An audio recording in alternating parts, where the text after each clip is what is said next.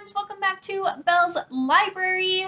Today we are going to be continuing the Tarot Readathon mini series I've got going on here. I've got like 4 other videos, I believe, in the series already, so this should be the last one because the readathon is almost over. Today is the Wednesday before it ends, and it ends on Friday, so I've got Wednesday, Thursday, Friday, 3 days to hopefully read through a book and bring you guys a fun little vlog for this. So yes, if you haven't checked out the other videos in this series, I have been having a really good time just doing a reading vlog for one card that I pulled, which gave me a prompt, and then I'm doing a reading vlog for that book. We're also doing a makeup look to match the cover of the book, and then also talking about the card and a little bit more about what that card represents. And then you get to learn a bit about it if you don't know, and I get to learn a bit about it because I don't know. And so that's kind of where this series is at. If you guys please could click subscribe before we go farther and check out my Goodreads and Instagram, so then you can check out more of all of this fun stuff going on, and I can chit chat with you because I love talking to you guys down in the comments and hearing what you guys are up to. So let's go ahead and pick a card because that's where we need to start. We've got our lovely deck here, and I'm just gonna shuffle and we're gonna pick a card. And yeah, we're not gonna make this take too long. I'm feeling like we just need to pick a card. Let's do it.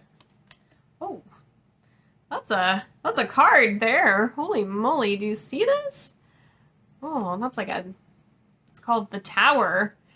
So this I think is a Major Arcana card. I haven't had one of those yet, and it's got just a big old tower of skeleton heads and black flowers, and this looks like flies hanging around. That does not look like a very good fun card. That looks like a very scary card.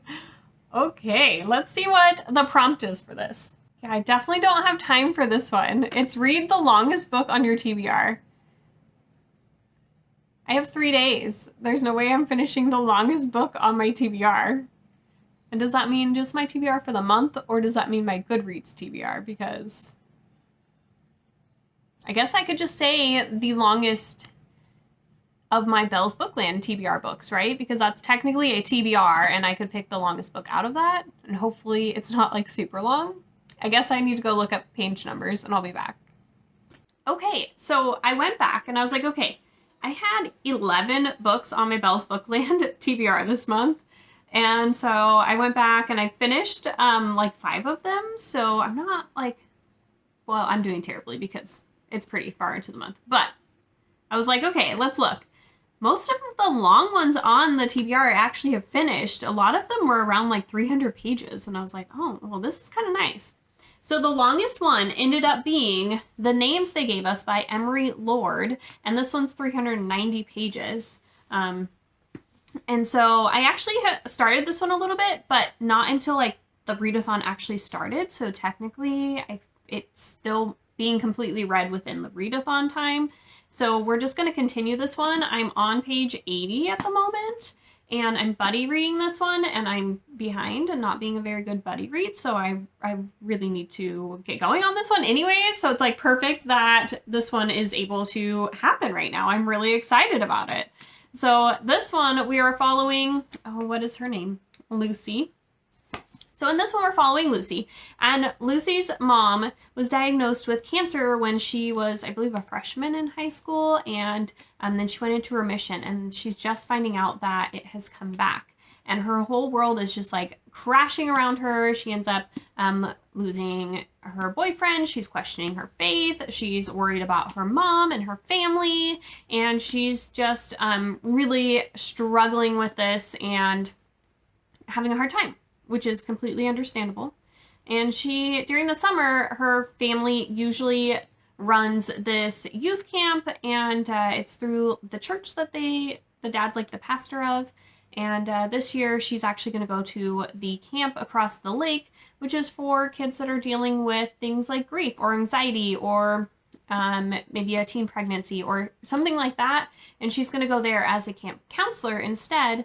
And she is not super thrilled about it at the moment because she wants to spend as much time as she can with her mom and her family. But she should be meeting some new friends and maybe discovering a little bit more about herself, her family, her faith, and everything. So right now I'm 80 pages in, and she's just getting to camp, and one of the other counselors is kind of showing her around and kind of helping her learn the ropes. And it's kind of funny because she was talking about this camp before, and she's like, oh, I'm going to go to this hippie camp across the way. And then the counselor here talks about the camp on the other side and how they're just like straight-laced Christians or something. They just both have quite the assumptions they're making about each other's camps. And I think that some of those assumptions are probably going to be broken down a little bit. And so I think that's going to be kind of a theme that's going to go on. Like, you can't be judging people or things. Don't judge a book by its cover kind of a thing, you know? But I also think that this is definitely going to break me, and I'm going to cry because it's a really sad topic. And I know I am extremely close with my mom. We talk every day, and I love her to death, and I would die if this was me in this case. I don't know what I would do. So yeah, I can imagine that this is definitely going to be a little bit of a heartbreaking book, and you may see some tears at some point. But there is the book that we're going to do, and I will be back when I have more reading updates for you guys, and talk to you guys soon. Okay, I am back with some updates for you guys with The Names They Gave Us by Emery Lord. I read a good chunk last night. I am now on page 159. I'm about to start chapter 12 here, so not quite halfway, but we're tracking through.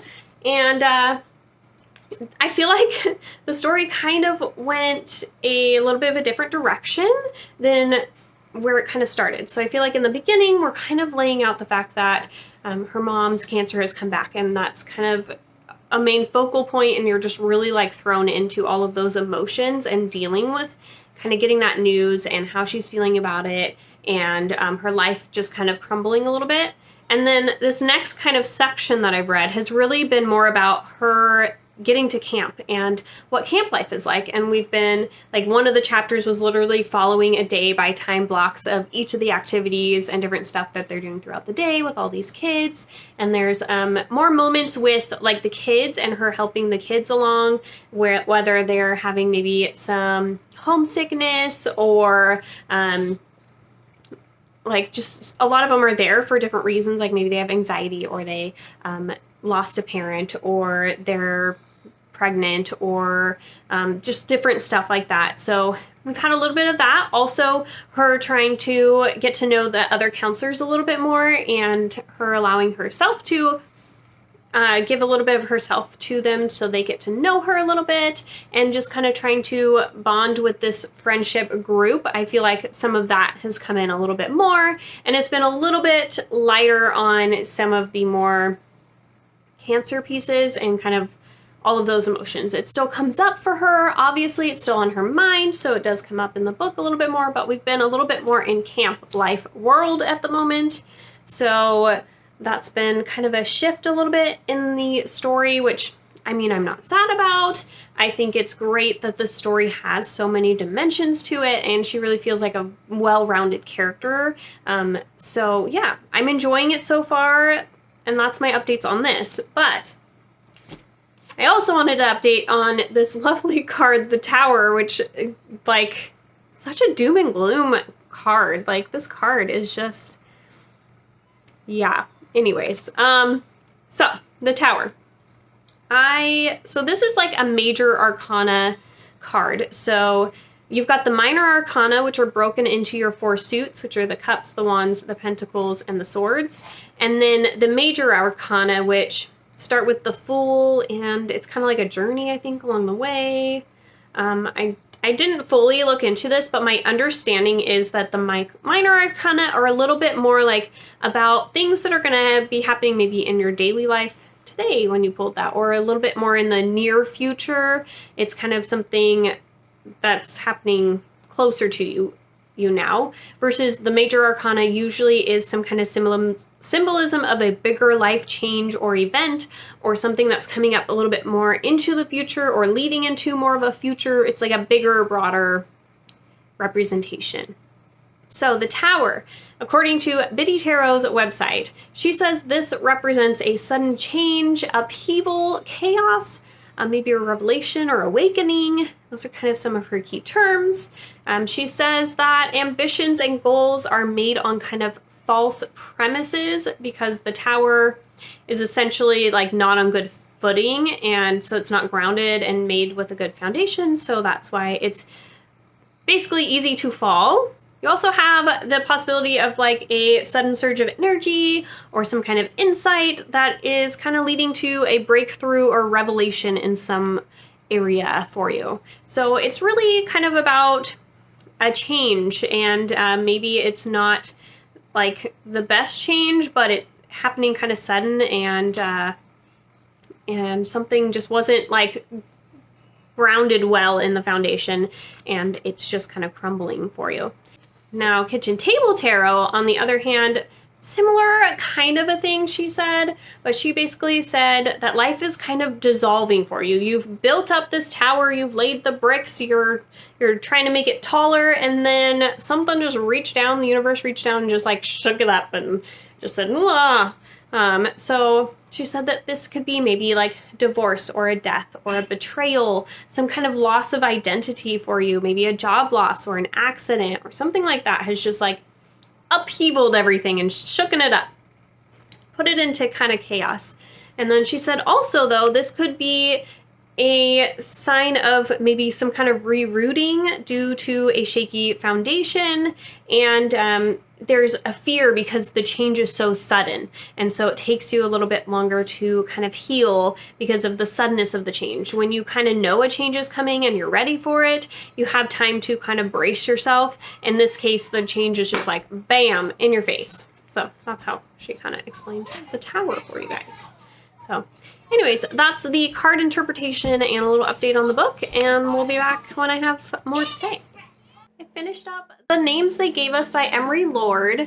I have to say, this book was very interesting. It was such an easy read for me. Like, I just could sit there and just like turn through chapters so fast. I'd be like, oh, just one more chapter. Oh, I just want to read a little bit more. And I really flew through this book so fast. And it just felt like being at summer camp, except for we are, you know, embracing these different kids that have some tough backgrounds or something going on that they just need a little help with. And they're all there, and they're doing some team building, and they're doing some counseling, emotional counseling activities, and just stuff to help them out. I definitely think, like, going into this book, I was thinking that the aspect of the main character, Lucy, her mom having cancer, was going to be so much more prevalent to this story, and it's there, and we do talk about it at different points, and she sees her mom once a week, but so much of the time is spent at this camp. We're really talking more about Lucy and her kind of finding herself out of what she thinks her parents expect her to be, and kind of realizing that her parents are also people outside of just being her parents, and that they have a past and they were kids once, and you know, that they're their own people. So I think that was a huge part of this. Also, love the friend group in here. I think they were super wonderful, and the fact that Lucy just found all these wonderful people. I loved Hannah. Why did I say Hannah? I loved Anna. She was like the sweetest character who just had really bad anxiety problems, and it's totally to be expected because she did transition a few years before from being a male, and she is now Anna, and so that is talked about in here. We also have Henry, and Henry is the sweetest kid ever, and him and Lucy really hit it off, and they share a combined interest in music, and he's just such a gentleman, and just, oh my gosh, all the characters were just so fun. I would have loved to have actually like really delved into the characters even more, because each of them had their own unique story that really, like, I wish we could have had more of. And yeah, like they all could have had their own books and just like make this like kind of a standalone different series following all these different characters. It was great. Then we hit the ending, and I really thought this book was gonna bring me to tears, and I was fully ready and expecting that, and I actually didn't. I was like, had a couple moments where I was like, I might get there, but it never like hit me enough to get to that point. And I'm really irritated with the ending of this book. I was really disappointed that it was left just super open-ended. And so if you don't like an open-ended ending like this, you're gonna be irritated. I would say like, oh my gosh, yeah, I'm really frustrated that I don't know what happened to any of the characters, and let alone our main characters. Like, you just are just left hanging, and I didn't like it at all. And why did the author do that? It made me feel like we left so many holes. Like, an epilogue would have been great, and just like, hey, Henry's doing this, and Anna's over here doing this, and Lucy's doing this, and her mom is doing this, and her dad's doing this, and just like, let me know what's going on here. Yeah, that is kind of how I'm feeling about the ending there. So overall, I'm giving this 4 stars. I definitely enjoyed the ride. I enjoyed a lot of the characters in the friend group and the discussions, and this camp seemed really sweet, and there was definitely, like, it was a great book to just kind of relax and read, and it was nice to just take a step back from all the fantasy I've been reading, to be quite honest. So that was great, but that ending really irritated me, and I was just like, I can't give it anything higher than a 4 at this point, because why end it that way? I don't know. So I also did do my makeup look to match my book here. I'm not very good at holding the book and having you do this. So yeah, we've got lots of blues and greens going on, and that's just kind of where we're at. It's kind of cloudy today, which is really unusual for the middle of summer in California. So my lighting's not the greatest, but hopefully you can kind of see the look. I did a little bit of some yellow kind of more in the middle area, and then blues out there, and then I did kind of a bluish greenish shimmery color on the lids. So yes, makeup done. I did get that look going for you guys, and book is done, and we're gonna close this out. I hope you guys are having a wonderful day, and I will talk to you guys very soon.